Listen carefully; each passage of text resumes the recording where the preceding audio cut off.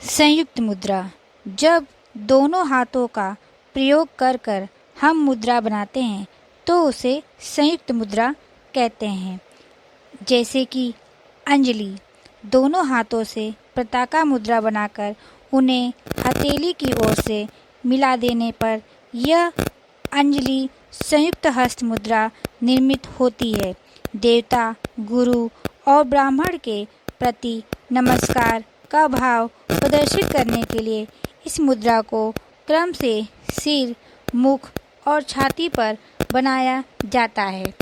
कपोत, जब दोनों हाथों से पताका मुद्रा बनाकर उन्हें केवल मूल और अग्रभाग पर से मिलाया जाता है तो यह कपोत मुद्रा कही जाती है। प्रणाम, गुरु से संभाषण, नम्रतापूर्वक ग्रहण करने आदि भावों के प्रदर्शन में इस मुद्रा का प्रयोग किया जाता है। करकट, जब एक हाथ की समस्त अंगुलियों को दूसरे हाथ की समस्त अंगुलियों से गूंथ दिया जाता है तो वह करकट हस्त मुद्रा कही जाती है। इस मुद्रा का प्रयोग समूह का आगमन, शंख बजाने, अंगों को मोड़ने, वृक्ष की डाली को झुकाने आदि के भाव के प्रदर्शन में किया जाता है। स्वास्तिक, जब दोनों हाथों से पताका मुद्रा बनाकर उन्हें कलाई के समीप एक दूसरे के आर पार स्थित किया जाता है तो वह स्वास्तिक मुद्रा कही जाती है। इसका प्रयोग मगर का भाव बतलाने के लिए किया जाता है। डोला, जब पताका मुद्रा युक्त हाथों को जंघा पर रखा जाता है तो वह डोला हस्त मुद्रा कहलाती है। नाट्यारंभ में इस मुद्रा का प्रयोग किया जाता है। पुष्पपुट, दोनों हाथों से सर्वशीष मुद्रा बनाकर उन्हें कनिष्ठा उंगली की ओर मिला देने पर वह पुष्पपुट मुद्रा कही जाती है। आरती, जल, फलादि ग्रहण करने, संध्या वदन में अर्घ्यदान करने तथा मंत्र पुष्पांजलि का भाव प्रदर्शित करने से इस मुद्रा का प्रयोग किया जाता है।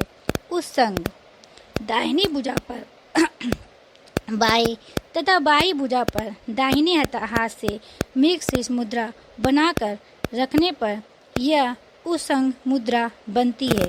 आलिंगन, लज्जा, अंगद आदि आभूषण तथा बालकों को पढ़ाने का भाव बतलाने के लिए इस मुद्रा का प्रयोग किया जाता है।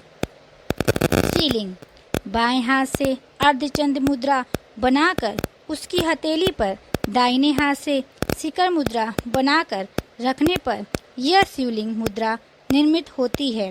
शिवलिंग दर्शन हेतु यह मुद्रा प्रयोजित होती है।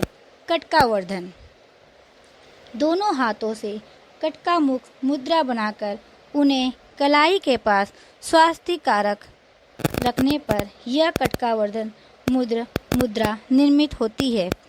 पष्टाभिषेक, पूजा और विवाह आदि का भाव बतलाने के लिए इस मुद्रा का प्रयोग किया जाता है। कर्तरी स्वास्तिक, दोनों हाथों में कर्तरी मुख मुद्रा बनाकर उन्हें स्वास्तिक का कार रखने पर यह कर्तरी स्वास्तिक मुद्रा बनती है।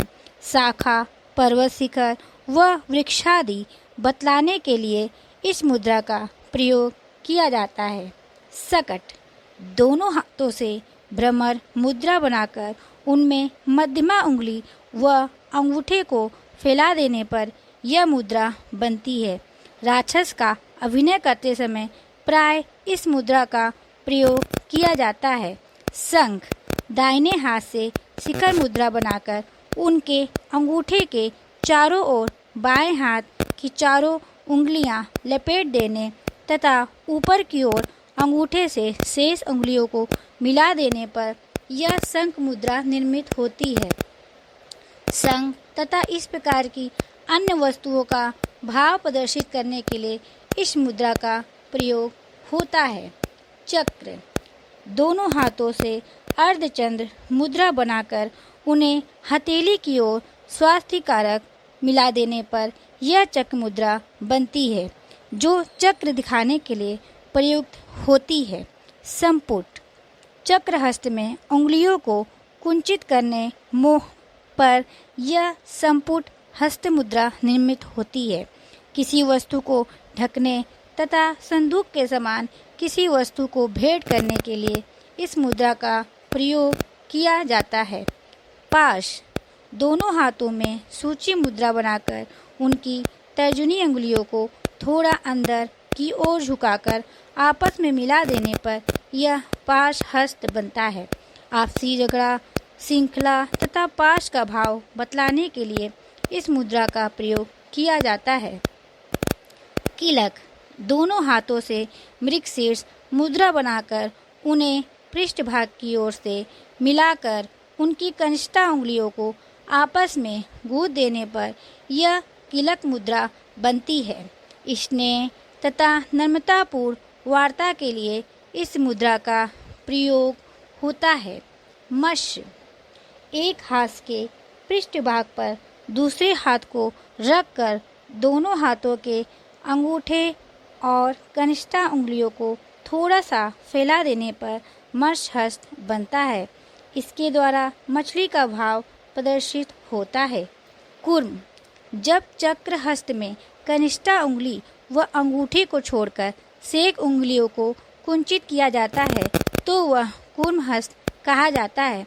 इस मुद्रा का प्रयोग कछुआ दिखाने के लिए किया जाता है। वरा दोनों हाथों से मृगशीर्ष मुद्रा बनाकर उन्हें एक दूसरे पर इस प्रकार रखें कि कनिष्ठा व अंगूठा मिल जाए तो वरा मुद्रा कही जाती है। सुअर दिखाने के लिए इस मुद्रा का प्रयोग किया जाता है। गरुड़ जब दोनों हाथों से अर्धचंद्र मुद्रा बनाकर उन्हें हथेली की ओर से स्वास्तिकाकार इस प्रकार रखा जाए कि दोनों अंगूठे एक दूसरे से मिल जाए तो वह गरुड़ मुद्रा कही जाती है। गरुड़ का भाव बतलाने के लिए इस मुद्रा की संयोजना की जाती है। नागबंध दोनों हाथों से सर्वश्रेष्ठ मुद्रा बनाकर उन्हें स्वास्तिकाकार रखने पर वह नागबंध मुद्रा कहलाती है। इस मुद्रा का प्रयोजन नागबंध बतलाने के लिए किया जाता है। खटवा दोनों हाथों से चतुर मुद्रा बनाकर उनकी तर्जनी उंगली व अंगूठों को मुक्त कर एक दूसरे के सामने रखने पर यह खटवा हस्त निर्मित होता है। पालकी आदि का भाव प्रदर्शन हेतु इस मुद्रा का प्रयोग किया जाता है। भेरुंड दोनों हाथों से कपित्र मुद्रा बनाकर उन्हें कलाई के समीप जोड़ देने पर भेरुंड हस्त निर्मित होता है। दो पक्षी आदि का भाव प्रदर्शन इसी मुद्रा में किया जाता है।